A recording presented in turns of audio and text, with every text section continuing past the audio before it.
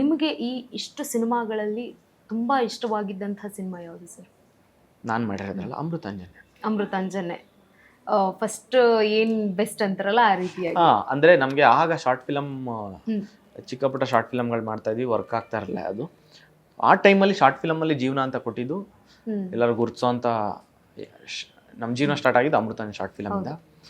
So ಅದಾದಮೇಲೆ ಒಂದು 5 ವರ್ಷ ಆದಮೇಲೆ ಅಮೃತಾಂಜನ್ ಸಿನಿಮಾ ಬಂತು.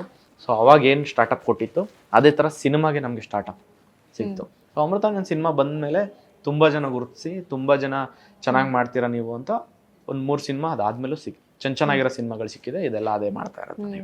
ಓಕೆ, ಈಗ ಒಬ್ರು ಗುರುತಿಸ್ಕೊಂಡಿದ್ದಾರೆ ಅಂದ ತಕ್ಷಣ ಎಲ್ಲೂ ನಾವು ಒಂದು ಏನಾದರೂ ಆಟೋದಲ್ಲಿ ಹೋಗಿದ್ರೆ ಅಥವಾ ಬಸ್ಸಲ್ಲಿ ಹೋದ್ರೆ ನೀವೇನ್ ಬಸ್ಸಲ್ಲಿ ಬರ್ತೀರಾ ಅಂತ ಕೇಳ್ತಾರೆ. ಈ ರೀತಿ ಏನಾದ್ರು ಕೇಳಿದಾರ? ಏನ್ ಗುರು ಸ್ಟಾರ್ ಆಗಿದೀಯಾ, ನೀನ್ ಆಟೋದಲ್ಲಿ ಬರ್ತೀಯಾ, ಬಸ್ಸಲ್ಲಿ ಬರ್ತೀಯಾ, ಈ ರೀತಿ ನಮ್ಗೆ ಕೇಳ್ತಾರೆ. ಬರ್ತೀಯಾ, ಆಟೋದಲ್ಲಿ ಬರ್ತೀಯ, ನೀನೇನ್ ಗುರು ಇಲ್ಲಿ ಅಂತಾರೆ. ಯಾಕೆ ಇರ್ಬಾರ್ದಾ? ಆ ಥರ ಕೇಳೋರು ಇರ್ತಾರೆ, ಖುಷಿಯಾಗಿ ಮಾತಾಡೋರು ಇರ್ತಾರೆ. ಬಟ್ ಕೆಲವೊಬ್ರು ಹೋಗೋ ದಾರಿ ಫುಲ್ಲು ನೀವ್ ಏನ್ ಯೂಟ್ಯೂಬಲ್ಲಿ ದುಡ್ಡು ಬರುತ್ತಾ, ನಿಮ್ಗೆ ಜೀವನ ಎಲ್ಲ ಹೆಂಗೆ, ನಿಮ್ಗೆ ದುಡ್ಡುಗೆಲ್ಲ ಏನ್ ಮಾಡ್ತೀರಾ, ಬೇರೆ ಏನ್ ಮಾಡ್ತೀರಾ ಇದ್ಬಿಟ್ಟು, ಯೂಟ್ಯೂಬಲ್ಲಿ ಎಷ್ಟು ವ್ಯೂಸ್ಗೆ ಎಷ್ಟು ದುಡ್ಡು ಬರುತ್ತೆ, ಯೂಟ್ಯೂಬಲ್ಲಿ ನೀವು ಎಷ್ಟು ದಿನಕ್ಕೊಂದೊಂದ್ಸಲಿ ಮಾಡ್ತೀರಾ, ಯೂಟ್ಯೂಬರ್ ಡೈರೆಕ್ಟ್ ಆಗಿ ಕೊಡ್ತಾರಾ, ಇಲ್ಲ ನಿಮ್ಗೆ ನೀವು ಹೆಂಗ್ ಕೊಡ್ತೀವಿ? ಅಯ್ಯೋ, ಅವ್ರ ಕ್ವಶನ್ಗಳಿಗೆ ಆನ್ಸರ್ ಮಾಡೋಷ್ಟ್ರಲ್ಲಿ ಅಪ್ಪ ಇನ್ನೊಂದ್ಸಲಿ ಹೋಗ್ಲೇಬಾರ್ದು ಅನ್ಸ್ಬಿಡುತ್ತೆ. ಬಸ್ಸೇ ಬೇಡ, ಬಸ್ಸಿನ ಸವಾಸನೆ ಬೇಡ, ಹೇಳಕ್ ಅದು ಹೋಗ್ತಾ ಹೋಗ್ತಾ ನಮ್ ಸ್ಟಾಪ್ ಬಂದಿದ್ದೆ ನಮಗೆ ಗೊತ್ತಾಗಲ್ಲ. ಬಟ್ ಎಲ್ಲೇ ಹೋದ್ರು ಕೇಳೋದು ದುಡ್ಡು ಬಂದಿದ್ಯಾ, ಯೂಟ್ಯೂಬ್ ಅಲ್ಲಿ ಹೇಗ್ ಬರುತ್ತೆ, ಎಷ್ಟು ಬರುತ್ತೆ, ದುಡ್ಡಿನ ಮೇಲೆನೆ ಅವ್ರ ಪ್ರಶ್ನೆಗಳೇ ಇರುತ್ತೆ. ಅಂದ್ರೆ ಈಗ ಎಲ್ಲಾರು ಲಾಗ್ಸ್, ಯೂಟ್ಯೂಬ್ಗೆ ವಿಡಿಯೋಗಳು, ಯೂಟ್ಯೂಬ್ ಅಲ್ಲೇ ಜೀವನ ಮಾಡ್ತಾ ಇರೋದು ಎಲ್ಲ ಅವರು ಹೇಳ್ತಾ ಇದಾರೆ. ಬಂದ್ ನಮ್ಗೆ ನಾವು ಅಷ್ಟು ದುಡ್ದು ಇಷ್ಟು ದುಡ್ದು. ಬಟ್ ಜನಕ್ಕೆ ಕ್ಲಾರಿಟಿ ಇಲ್ಲ ಯಾವ್ದಾದಕ್ಕೆ ಎಷ್ಟೆಷ್ಟು ಬರ್ತಾ ಇದೆ ಅಂತ. ದುಡ್ಡಿದೆ ಇಲ್ಲಿ, ಬಟ್ ಗೊತ್ತಿಲ್ಲ ಎಷ್ಟು ದಿನವರೆಗೂ ಬರ್ತಾ ಇರುತ್ತೆ, ಅಲ್ಲಿವರೆಗೂ ಚೆನ್ನಾಗಿ ದುಡ್ಕೊಬೇಕು. ಹೇಳಕ್ಕಾಗಲ್ಲ, ಯಾವಾಗ ಬೇಕಾದ್ರೂ ಅವರು ಸಬ್ಸ್ಕ್ರಿಪ್ಷನ್ ಆ್ಯಡ್ ಮಾಡಿ ನಿಲ್ಲಿಸ್ಬೋದು. ಏನ್ ಬಂದ್ಬಿಡುತ್ತೆ, ಎಷ್ಟು ದಿನ ಅಂತ ಕೊಡ್ತಾರ ಅವರು. ಹೌದು, ಎಷ್ಟು ಮನೆಗೆ ಒಬ್ಬೊಬ್ರು ಇದಾರೆ, ಒಬ್ಬೊಬ್ರಲ್ಲ 3 ಜನ ಇರ್ತಾರೆ. ಈಗ ಸ್ಟೂಡೆಂಟ್ಸ್ ಇದ್ರೆ ಅವರು ಇರ್ತಾರೆ, ಇಲ್ಲ ನಾನು ಏನಾದ್ರು ಮಾಡ್ತೀನಿ, ಅಣ್ಣ ತಂಗಿ ಅಕ್ಕ ತಮ್ಮ, ಅಯ್ಯೋ ಇಡೀ ಫ್ಯಾಮಿಲಿನೇ ರೆಡಿ ಮಾಡ್ಲಿ ಅಂದ್ರೆ ಓಕೆ, ಅದು ಸೋರ್ಸ್ ಆಫ್ ಇನ್ಕಮ್ ಅಂತ ಅನ್ಕೊಬಹುದು. ಬಟ್ ಅದನ್ನೇ ನಂಬ್ಕೊಂಡು ಜಾಸ್ತಿ ದಿನ ಇರಕ್ಕಾಗಲ್ಲ. ಯಾಕೆಂದ್ರೆ ಅದು ಯಾವಾಗ ಬೇಕಾದ್ರೂ ರೂಲ್ಸ್ ಚೇಂಜ್ ಮಾಡ್ಬೋದು. ಯಾಕಂದ್ರೆ ಯಾರೋ ಒಬ್ರು ನಡೆಸುತ್ತಾ ಇರೋಂಥ ಕಂಪ್ನಿ ಆಗಿರುತ್ತದು. ಸೊ ಈಗ ಇನ್ಸ್ಟಾಗ್ರಾಮ್ ಆಗಿರ್ಬೋದು, ಯಾರೋ ಒಬ್ರು ನಡೆಸೋಂಥ, ಯಾರೋ ಒಬ್ರು ಹ್ಯಾಂಡಲ್ ಮಾಡೋ ಆಲ್ಗೋರಿಥಮ್ ಆಗಿರುತ್ತೆ. ನಾವು ಕಂಟಿನ್ಯೂಸ್ ಆಗಿ ವಿಡಿಯೋ ಹಾಕಿದ್ರೆ ಮಾತ್ರ ನಿಮ್ಮ ಪೇಜು ಚೆನ್ನಾಗಿ ರನ್ ಆಗೋದು. ನೀವು 1 ತಿಂಗಳು ಗ್ಯಾಪ್ ಕೊಟ್ರೆ ನಿಮ್ಮ ವಿಡಿಯೋ ಮತ್ತೆ ಬೂಸ್ಟ್ ತಗೊಳ್ಳಲ್ಲ, ಮತ್ತೆ ಪೇ ಮಾಡಿ ಬೂಸ್ಟ್ ಮಾಡಬೇಕು. ಆಲ್ಮೋಸ್ಟ್ ನೀವು ನಂಬ್ತಿರೋ ಬಿಡ್ತಿರೋ ತುಂಬ ಜನದ್ದು ಪ್ರೊಫೈಲ್ಗಳಲ್ಲಿ ವಿಡಿಯೋ ಹಾಕಿದ ತಕ್ಷಣ 25,000 ಲೈಕ್ಸು, 30,000 ಲೈಕ್ಸು ಇಮಿಡಿಯೇಟ್ ಆಗಿ ಬಂದ್ಬಿಡುತ್ತೆ. ಅದೆಲ್ಲ ಯಾವುದು ಜೆನ್ಯೂನ್ ಆಗಿರಲ್ಲ, ಎಲ್ಲ ಬೂಸ್ಟ್ ಆಪ್ಷನ್ ಕೊಟ್ಬಿಟ್ಟಿದ್ದಾರೆ. ಇವಾಗ ಬೂಸ್ಟ್ ಆಪ್ಷನ್ ಕೊಟ್ಬಿಟ್ಟು ನೀವು ನಿಮ್ಮ ಫೋಟೋ ನೀವು ಹಾಕಿದ ತಕ್ಷಣ ನಿಮ್ಗೆ ಇಮಿಡಿಯೇಟ್ ಆಗಿ 25,000 ಲೈಕ್ಸ್ನ ನೀವು ತಗೊಬೋದು. ಅವಾಗ ಲೈಕ್ಸ್ ಬೆಲೆ ಎಲ್ಲಿದೆ? ಜೆನ್ಯೂನ್ ಆಗಿ ಬರೋ ಲೈಕ್ಸ್ ವ್ಯೂಸ್ಗೆ ಬೆಲೆ ಎಲ್ಲಿದೆ? ನೀವು ವ್ಯೂಸ್ ಬೈ ಮಾಡ್ಬೋದು ಅಂದ್ರೆ, ಸೊ ಅದಕ್ಕೆ ಬೆಲೆ ಎಲ್ಲಿದೆ? ಹಂಗಾಗಿ ಯಾರೋ ಒಬ್ರು ನಡೀತಾ ಇರೋ ಆಲ್ಗೋರಿಥಮ್ ಮೇಲೆ ವರ್ಕ್ ಆಗ್ತಾ ಇದೆ ಸೋಷಿಯಲ್ ಮೀಡಿಯಾ ಎಲ್ಲ. ಸೊ ಬಟ್ ಸಿನಿಮಾ ಹಂಗಲ್ಲ. ನಿಮಗೆ ನೀವು ಒಂದು ಒಳ್ಳೆ ಸಿನಿಮಾ ಕೊಡಿ, 1 ವರ್ಷ ಬಿಟ್ಬಿಟ್ಟು ಬನ್ನಿ, ಆ ಸಿನಿಮಾ ನೆನ್ಪಿಟ್ಕೊಂಡಿರ್ತಾರೆ. ಓಕೆ, ಗೌರವ್ ಅವ್ರ ಬಾಲ್ಯ ಹೇಗಿತ್ತು? ಅಂದ್ರೆ ಈಗ ಹೇಗಿದ್ದೀರಾ? ಇಷ್ಟೇ ತುಂಟನಾ ಅಥವಾ ಅದಕ್ಕಿಂತ ಜಾಸ್ತಿ ತುಂಟ ಮೇಡಮ್. ನಾನು ಎಲ್ಲೆಲ್ಲಿ ಕಾಲೇಜು ಸ್ಕೂಲಲ್ಲಿ ಸೇರ್ಕೊಂಡಿದ್ದೀನೋ ಅಲ್ಲೆಲ್ಲ ನಮ್ಮ ಅಪ್ಪ ಬಂದು ಕಂಪ್ಲೇಂಟ್ಸ್ಗಳು ತಗೊಂಡು ಹೋಗಿದ್ದಾರೆ. ಕಂಪ್ಲೇಂಟ್ಸ್ ತಗೊಂಡು ಹೋಗ್ತಾ ಇದ್ರು. ಮನೆಗೆ ಹೋದ್ಮೇಲೆ ಹೆಂಗಿತ್ತು ರಿಯಾಕ್ಷನ್ಸ್? ಹಂಗೇನಿಲ್ಲ. ಒಬ್ಬರೇ ಅಣ್ಣ ಇದ್ದಾರೆ. ಅಣ್ಣನ್ಕಿಂತ ತಮ್ಮ ತುಂಟ ಜಾಸ್ತಿ. ಅಣ್ಣನು ತುಂಟ ಇದ್ದ. ಆಮೇಲೆ ಅಂದ್ರೆ ಯಾರು ತುಂಟ ಇರಲ್ಲ, 10th ವರೆಗೂ ನಾವು ಹಾಸ್ಟ್ಲಿಗೆ ಹೋಗೋವರೆಗೂ. 10th ಆದ್ಮೇಲೆ ಹಾಸ್ಟ್ಲಿಗೆ ಹಾಕ್ಬಿಟ್ರು ಅಳ್ವಾಸು. ಅದಾದ್ಮೇಲೆ ಇಂಜಿನಿಯರಿಂಗು. ಅದಾದ್ಮೇಲೆ ಮನೆ ಸೇರಿದ್ದೆ ಕಡಿಮೆ. ನಾವು ಆಚೆ ಫ್ರೆಂಡ್ಸ್ ಜೊತೆ ಬೆಳೆದಿದ್ದೆ ಜಾಸ್ತಿ. ಇಷ್ಟು ವರ್ಷಗಳಲ್ಲಿ ಕಲ್ತಿರೋದು ಏನು ಸರ್? ಸಿನಿಮಾ ಇಂಡಸ್ಟ್ರಿಯಿಂದನ ಆಗಿರ್ಬೋದು ಅಥವಾ ಹೊರಗಡೆ ನಿಮ್ಮ ಲೈಫ್ನ ಸ್ಟೈಲ್ನಲ್ಲಿ ಆಗಿರ್ಬೋದು? ನಾನು ಏನು ಕಲ್ತಿದ್ದು ಅಂದರೆ, ನಿಮಗೆ ಅಂದರೆ ನೀವು ಮಾಡೋ ಕೆಲಸದಲ್ಲಿ 100% ಡೆಡಿಕೇಟೆಡ್ ಆಗಿರಬೇಕು. ಕೆಲಸ ಮಾಡ್ಕೊಂಡು ಹೋಗ್ಬೇಕು. ನೀವು ಯಾವುದೋ ಒಂದಕ್ಕೋಸ್ಕರ ಆಸೆ ಪಡ್ತಾ ಇದ್ರೆ ಅದ್ರ ಮೇಲೆ ಕಾನ್ಸಂಟ್ರೇಟ್ ಮಾಡಿ ಕೆಲಸ ಮಾಡ್ಕೊಂಡು ಹೋಗ್ಬೇಕು. ನೀವು ಯಾರೋ ಒಬ್ರು, ಈಗ ನಾನು ಇಂಜಿನಿಯರಿಂಗ್ ಮುಗಿಸ್ಕೊಂಡು ಬಂದಿದ್ದಲ್ವಾ, ಯಾರೋ ಒಬ್ರು ಇಮಿಡಿಯೇಟಾಗಿ ಇಂಜಿನಿಯರಿಂಗ್ ಮುಗಿಸ್ಕೊಂಡ್ಬಂದು 75,000 ತಿಂಗ್ಳಿಗೆ ಸಂಬಳ ತಗೊಂತವ್ರೆ ಅಂದ್ಬಿಟ್ಟು ನಾನು ಅದ್ರ ಮೇಲೆ ಆಸೆ ಪಟ್ಕೊಂಡು ಹೋಗ್ಬಾರ್ದು. ಇನ್ನೊಬ್ರು ಯಾರೋ 40,000 ಸಂಬಳ ತಗೊಂಡಿದ್ದಾರೆ, ಅದ್ರ ಮೇಲೆ ಆಸೆ ಪಟ್ಕೊಂಡು ಹೋಗ್ಬಾರ್ದು. ಇನ್ನೊಬ್ರೇನು ಇನ್ನೊಂದು ಸ್ಟಾರ್ಟ್ ಮಾಡಿದ್ದಾರೆ, ನಾನು ಅದನ್ನು ಆಸೆ ಪಟ್ಕೊಂಡು ಹೋಗ್ಬಾರ್ದು. ಸೊ ಈ ಡೈವರ್ಷನ್ಸ್ಗಳನ್ನ ಕಟ್ ಮಾಡಿ ನಿಮ್ಮ ಕೆಲಸ ನೀವೇನು ಮಾಡಕ್ಕೆ ಬಂದಿದ್ರೆ ಅದನ್ನ ಕಾನ್ಸಂಟ್ರೇಟ್ ಮಾಡ್ಕೊಂಡು ಹೋದ್ರೆ ಸ್ವಲ್ಪ ಲೇಟ್ ಆಗ್ಬೋದು ಅವ್ರಿಗಿಂತ, ಅವ್ರ ಮುಂಚೆ ಕೆಲಸ ಸಿಕ್ಕಿರ್ಬೋದು. ಬಟ್ ನೀವು ತಲುಪಕ್ಕೆ ಹೋಗ್ತಾ ಇರೋದು ತುಂಬ ದೊಡ್ಡದಲ್ವಾ, ಸ್ವಲ್ಪ ಲೇಟ್ ಆಗುತ್ತೆ ಅಷ್ಟೇ. ಸಿನಿಮಾ ಹೊರತುಪಡಿಸಿ ಏನ್ ಕೆಲಸ ಮಾಡ್ಕೊಂಡಿದ್ದೀರಾ, ಅಥವಾ ಸಿನಿಮಾ ಆಗಿರ್ಬೇಕು ಅಂತ? ನೋಡಿ, ನೀವು ಅದನ್ನೇ ಕೇಳ್ತಾ ಇದ್ದೀರಾ. ಅಂದ್ರೆ ನಿಮ್ಗೂ ಯೂಶಲಿ ಇರುತ್ತಲ್ವಾ, ಏನಿಲ್ಲ ಮೇಡಮ್, ಸಿನಿಮಾನೇ ವೃತ್ತಿ ನಮ್ಗೆ, ಸಿನಿಮಾನೇ ಜೀವನ, ಸಿನಿಮಾನೇ ಬದುಕು. ಓಕೆ, ಇವಾಗ ಪೀಕಲ್ಲಿ ಇದ್ದೀರಿ?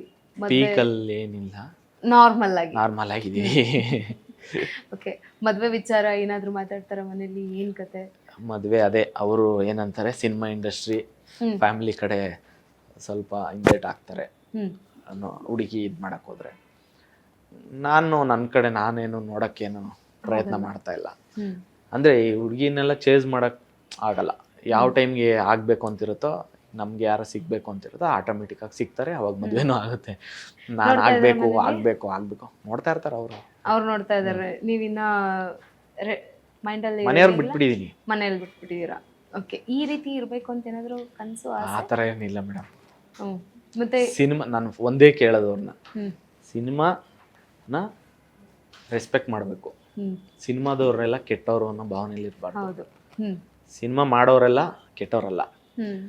ಏನಕ್ಕೆ ಆ ಬ್ಯಾಡ್ ಪರ್ಸೆಪ್ಷನ್ ಬಂದಿದೆ ಅಂದರೆ ಜನಕ್ಕೆ, ನಮ್ಮಲ್ಲಿರೋರೆ ಕೆಲವೊಬ್ರು ಅವ್ರಿಗೆ ವರ್ಕ್ ಆಗಲಿಲ್ಲ ಅನ್ನೋ ಒಂದೇ ಒಂದು ಕಾರಣಕ್ಕೆ ಮೈಕ್ ಸಿಕ್ತು ಅಂದ್ಬಿಟ್ಟು ಇಲ್ಲಿ ವರ್ಕ್ ಆಗ್ತಾ ಇಲ್ಲ, ಏನು ಆಗ್ತಾ ಇಲ್ಲ, ಕಷ್ಟ ಇದೆ, ಹಂಗಾಯ್ತು ನನಗೆ, ಹಿಂಗಾಯ್ತು ನನಗೆ ಅಂತ ಕುತ್ಕೊಂಡು ನೆಗೆಟಿವ್ ಆಗಿ ಮಾತಾಡಿ ಜನಕ್ಕೆ ನೆಗೆಟಿವ್ ಆಗಿ ಇದು ಮಾಡಿಬಿಟ್ಟಿದ್ದಾರೆ. ಅದು ಬಿಟ್ರೆ ಇನ್ನು ಬೇರೆ ಅಫೇರ್ಸು ಅದು ಇದು ಅಂತಾರೆ. ಅದೂ ಹೆಂಗೆ ಅಂದರೆ, ಎಲ್ಲ ಕಂಪ್ನಿಗಳಲ್ಲಿ ನೀವು ಹೋಗ್ರಿ, ಎಲ್ಲ ಜಾಗದಲ್ಲಿ ಹೋಗ್ರಿ, IT ಕಂಪ್ನಿಲೂ ಅಫೇರ್ಸ್ ಎಲ್ಲ, ಬೇರೆ ಎಲ್ಲ ಕಡೆ ಎಲ್ಲ ಇದೆ. ಅವ್ರದ್ದು ಏನಕ್ಕೆ ಆಚೆ ಬರಲ್ಲ ಅಂದರೆ, ಪಬ್ಲಿಕ್ ಫಿಗರ್ಗಳಲ್ಲ, ಆಚೆ ಬಂದು ಅವ್ರಿಗೆ ಸಿಗಾಕೊಂಡ್ರು ಅವ್ರ ಫ್ಯಾಮಿಲಿಯವ್ರಿಗೆ ಗೊತ್ತಾಗುತ್ತೆ, ಅಲ್ಲೇ ಕೇಸ್ ಮುಚ್ಚೋಗ್ಬಿಡುತ್ತೆ. ಬಟ್ ಇವರು ಆಚೆ ಸಿಗಾಕೊಂಡಾಗ ಬರೋರ್ಗೆಲ್ಲ ಗೊತ್ತ. ನೀವು 1-2 ದಿನ ನೀವು ಸಾಕಿ ಅದೇ ಸ್ಟಾರ್ ಅನ್ನೋ ಕಾರಣಕ್ಕೆ ಇದು ಮಾಡಿರ್ತೀರ. ಸೊ ಅದು ಆಚೆ ಬರುತ್ತಷ್ಟೆ.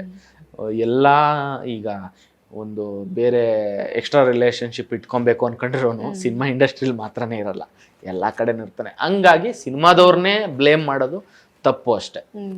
ಅದೊಂದು ಒಂದಿದೆ ಸರ್, ಸಿನಿಮಾದವರು ಅಂತಂದ್ರೆ ತುಂಬಾ ದುಡ್ಡು ಮಾಡಿರ್ತಾರೆ, ಒಂದು ಸಿನಿಮಾಗೆ ಇಷ್ಟು ತಗೊಂಡಿರ್ತಾರೆ, ಒಳ್ಳೆ ದುಡ್ಡಿದೆ, ಎಷ್ಟು ಹೆಂಗಿದೆ ಹುಡುಗಂದು, ಈ ರೀತಿಯಾಗಿ ಕೇಳ್ತಾರೆ. ಆ ರೀತಿನೂ ಕೇಳಿದಾರ? ಹುಡುಗಿ ನೋಡುವಂತ ವಿಚಾರದಲ್ಲಿ, ಹುಡುಗಿ ವಿಚಾರದಲ್ಲಿ ಎಷ್ಟು ಸಂಪಾದನೆ ಮಾಡ್ತಾರೆ ಕೇಳ್ತಾರಲ್ವಾ. ಅಂದ್ರೆ ನಾವು ಸಿನಿಮಾದವ್ರ ಹತ್ರ ನೀವು ಅದನ್ನ ಕೇಳಕ್ಕೆ ಆಗಲ್ಲ. ನೆಕ್ಸ್ಟ್ ಮಂತ್ ನಿನ್ಗೆ ಏನ್ ರೆವೆನ್ಯೂ ಬರುತ್ತೆ ಅಂದ್ರೆ, ನೆಕ್ಸ್ಟ್ ಮಂತ್ ಯಾವ ಸಿನಿಮಾ ಸಿಗುತ್ತೆ ಅಂತ ನನ್ಗೇನ್ ಗೊತ್ತಿರುತ್ತೆ? ಈಗ ನೀವೇನೋ ಬಿಸ್ನೆಸ್ ಸ್ಟಾರ್ಟ್ ಮಾಡ್ತೀರಾ, ನೆಕ್ಸ್ಟ್ ಮಂತ್ ಎಷ್ಟು ಬಿಸ್ನೆಸ್ ಆಗುತ್ತೆ ಅಂತ ನಿಮ್ಗೇನ್ ಗೊತ್ತು ಅಲ್ವಾ? ಈಗ ನಮಗ್ ಗೊತ್ತಿರುತ್ತೆ ಸಿನಿಮಾ ಅಂದ್ರೆ ಏನು, ಒಂದು ಆವ್ರೇಜ್ ಅಲ್ಲಿ ಹೋಗ್ಬೋದು, ಅಥವಾ ಇನ್ನು ಹೋಗದೆ ಇರ್ಬೋದು, ತುಂಬಾ ಹಿಟ್ಟು ಕೂಡ ಆಗ್ಬೋದು. ಬಟ್ ಆ ಹಿಟ್ಟಲ್ಲಿ ಏನ್ ಬಂದಿರುತ್ತಲ್ವಾ, ಅದನ್ನೇ ಇಟ್ಕೊಂಡು ಎಲ್ಲ ಕಡೆಗೂ ಹೇಳ್ತಾ ಹೋಗ್ತಾರೆ, ಇಷ್ಟು ಬಂದಿದೆ ಅಂತ. ಹೌದು, ಆ ರೀತಿ ಅಂದ್ರೆ ಅದು ಒಂದು ತಪ್ಪು ತಿಳುವಳಿಕೆ. ಈಗ ಒಂದ್ ಸಿನಿಮಾದಲ್ಲಿ 40 ದಿನ ಶೂಟ್ ಮಾಡ್ಬೇಕು. ಸೊ 40 ದಿನಕ್ಕೆ ಎಷ್ಟು ಪೇಮೆಂಟ್ ಬೇಕಾಗುತ್ತೆ ಅಷ್ಟು ಕೊಡ್ತಾರೆ. ಕೆಲವೊಂದ್ ಸಿನಿಮಾದಲ್ಲಿ 15 ದಿನ ಸಾಕು ಅಂತಾರೆ. 15 ದಿನಕ್ಕೆ ಎಷ್ಟು ಪೇಮೆಂಟ್ ಅಷ್ಟು ತಗೊಂತೀವಿ. ಸೊ ಸಿನಿಮಾದಲ್ಲಿ ಹೆಂಗೆ ಅಂದ್ರೆ, ನೀವು ಕೆಲಸ ಇದ್ದಾಗ ಒಳ್ಳೆ ಕಾಸು ಅದು ಅವ್ರು ಕೊಟ್ರೆ. ಬಟ್ ಇವಾಗ ಅಂದ್ರೆ ನೀವೇನಂದ್ರೆ ಅದಕ್ಕೆ ತೂಕ ಇರಬೇಕು. ನೀವು ಏನು ಕಾಸು ತಗೊಂತ ಇದ್ರೆ ಅದಕ್ಕೆ ತೂಕ ಇರಬೇಕು. ಸೊ ಈಗ ನೋಡಿ, ನಾವು ಈಗ ಸಿನಿಮಾಗಳು ಮಾಡಿ ಒಂದಷ್ಟು ಕಾಸು ನೋಡೋಕ್ಕೋಸ್ಕರ 7 ವರ್ಷ ಕಾಯ್ಬೇಕಾಯ್ತು. ಇವಾಗ ಒಂಚೂರು ಪರವಾಗಿಲ್ಲ. ಅದೇ ಈಗ ಬರೋ ಸಿನಿಮಾಗಳು ಆಚೆ ಬಂದು ನೆಕ್ಸ್ಟ್ ಹೋಗ್ಬೇಕಾರೆ ಹಂಗೆ ಅಪ್ಗ್ರೇಡ್ ಆಗ್ತಾವ. ನೀವು ಯಾವುದೇ ಒಂದು ಕಂಪ್ನಿ ನಿಮಗೆ ಆಗಲಿ ಕೆಲ್ಸಕ್ಕೆ ಬಂದು ಸೇರ್ಕೊಂಡಾಗ ಕಡಿಮೆ ಸಂಬಳ ಇರುತ್ತೆ, ಆಮೇಲೆ ಹೋಗ್ತಾ ಜಾಸ್ತಿ ಆಗುತ್ತಲ್ವಾ. ಸಿನಿಮಾದಲ್ಲೂ ಅದೇ ಥರ ಹೋಗ್ತಾ ಜಾಸ್ತಿ ಆಗುತ್ತೆ. ನಿಮ್ಗೆ ಅದರಲ್ಲಿ ಏನಾದ್ರು ಮಧ್ಯ ಒಂದು ಬ್ಲಾಕ್ ಬಸ್ಟರ್ ಸಿಕ್ಬಿಟ್ರೆ ಸಡನ್ ಆಗಿ ಜಂಪ್ ಆಗುತ್ತೆ, ಇಲ್ಲಾಂದ್ರೆ ಆ ರೇಂಜಲ್ಲೇ ಹೋಗ್ತಾ ಇರುತ್ತೆ. ನಂಬಿಕೆ ಇರ್ಬೇಕಷ್ಟೇ. ನಾವು ಕೆಲಸ ಮಾಡೋ ಜಾಗದಲ್ಲಿ ನಾನು ದುಡಿತೀನಿ, ನನಗೆ ಬರುತ್ತೆ, ಅದು ಬರೋಳು ಅಷ್ಟೇ, ಇವನೇನೋ ಒಂದು ಮಾಡ್ತಾನೆ, ಚೆನ್ನಾಗಿ ಆಗುತ್ತೆ ಅನ್ನೋ ಒಂದು ಕಾನ್ಫಿಡೆನ್ಸ್ ಮೇಲೆ ಬಂದು ಮದುವೆ ಆಗಬೇಕು ಹೊರತು ನನ್ನ ಹತ್ರ ಆಲ್ರೆಡಿ ಬ್ಲಾಕ್ ಬಸ್ಟರ್ ಹಿಟ್ ಆಗ್ಬಿಟ್ಟಿದೆ ಅನ್ನೋ ಒಂದು ಕಾರಣಕ್ಕಲ್ಲ. ಯಾವ ಟೈಮಲ್ಲಿ ಏನು ಬೇಕಾದ್ರೆ ಆಗ್ಬೋದು. ಯಾಕಂತಂದ್ರೆ ಇತ್ತೀಚಿನ ದಿನಗಳಲ್ಲಿ ಡಿವೋರ್ಸ್ ಪ್ರಕರಣಗಳು ಜಾಸ್ತಿ ಆಗ್ಬಿಟ್ಟಿದೆ. ಅದ್ರಲ್ಲಿ ಅವ್ರು ಹೇಳೋದೇನು ಅಂತಂದ್ರೆ, ಮದುವೆ ಆಗಿ ಬಂದಾಗ ತುಂಬಾ ಚೆನ್ನಾಗಿತ್ತು, ಹೋಗ್ತಾ ಚೆನ್ನಾಗಿರ್ಲಿಲ್ಲ. ಆಮೇಲೆ ಕೆಲವೊಂದು ರೀಸನ್ಸ್ ನಾವು ನೋಡಿದೀವಿ, ಮೂವಿಗಳು ಫ್ಲಾಪ್ ಆಯ್ತು ಅನ್ನುವಂಥ ರೀಸನ್ಗಳು ಕೊಟ್ಟಿದ್ದಾರೆ.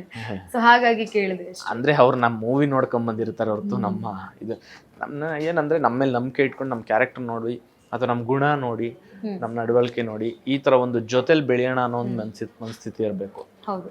ಅದು ಬಿಟ್ಬಿಟ್ಟು ಒಬ್ಬ ಗೆದ್ಬಿಟ್ಟಿದ್ದಾನೆ ಜೊತೆ ಗೆಲ್ಲೋವರೆಗೂ ಇರೋಣ, ಇದು ವರ್ಕ್ ಆಗಲ್ಲ ನಾರ್ಮಲ್ ಆಗಿ. ಗೊತ್ತಿಲ್ಲ, ಎಲ್ಲರೂ ಆ ಥರ ಇರಲ್ಲ, ಬಟ್ ಆಲ್ಮೋಸ್ಟ್ ಆ ಥರ. ಓಕೆ.